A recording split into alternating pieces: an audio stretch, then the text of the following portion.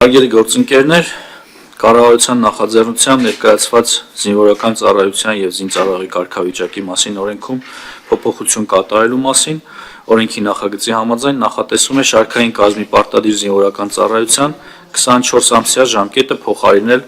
18-ամսյա ծառայության ժամկետով, դրա գործողությունը տարածելով 2026 թվականի հունվարի 1-ից հետո պարտադիր զինվորական ծառայության զորակոչվող քաղաքացիների վրա։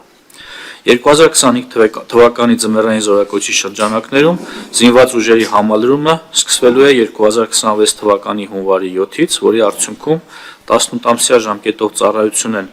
իրականացնելու 2025 թվականի ձմեռային զորակոչից սկսած պարտադիր զինվորական ծառայության զորակոչված քաղաքացիները։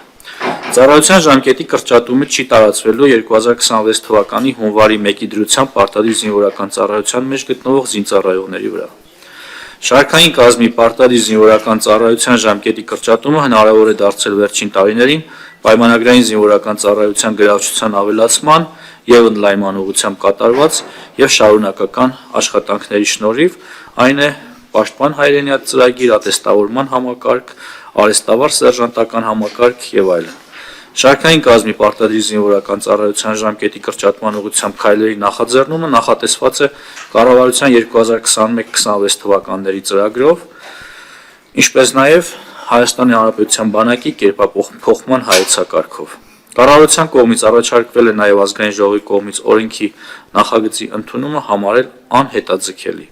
Հարգելի գործընկերներ, խնդրում եմ հավանություն տալ կառավարության առաջարկին։